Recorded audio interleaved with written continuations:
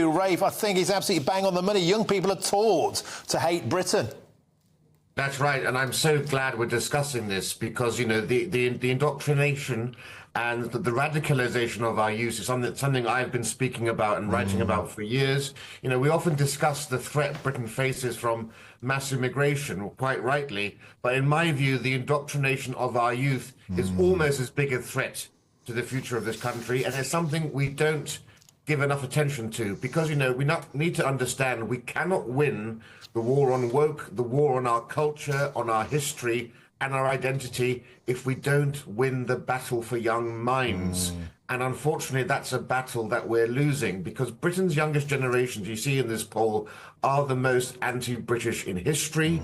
Love of nation has now become national self-loathing. And people really need to understand that by almost every measure you look at in this poll and in other polls, a majority of young people hold views that are completely out of kilter with every other generation. And we've never seen this before, not even in the 1960s and 1970s. And as Douglas correctly points out, this is because of the rise in left-wing teaching. When we were at school, you and I, Martin, there was a good balance between left and right teachers. Today, over 90% of teachers are left-wing or vote for left-wing parties. And so the rise of left-wing youth closely mirrors the rise of left-wing teachers. We've had a long march through the institutions. It's been a slow, quiet revolution. Our institutions and our schools look the same, but they've been captured by this far-left ideology. So, of course, you know, how can you expect the youth to have pride in Britain and, you know, and the West more broadly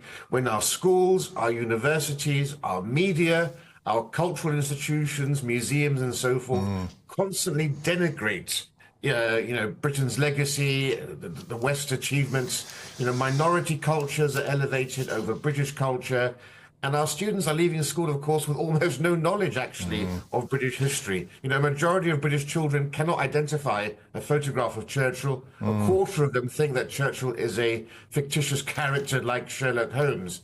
And so, you know, they're constantly bombarded with negative messages. They're told that our greatest heroes are actually villains. Statues are being torn down. Britain's success wasn't because of the genius of the British people. It was because of slavery and racism. They're only taught the bad side of the British Empire, that it was evil, nothing about the great benefits it brought to the world. And I can't emphasize enough how serious this is.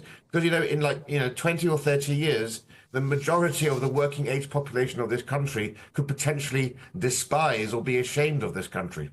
Rafe, Heydel-Mankoo, I'm smiling because every single word of that was liquid gold. But ending on a positive point, Douglas Murray did say this has been taught and it can be untaught. We can reclaim the curriculum. We can reclaim national pride. That's what Donald Trump's doing in America. Perhaps we should do the same here. Rafe, Heydel-Mankoo, magnificent. Thanks for joining us on the show. Always a pleasure to have your company.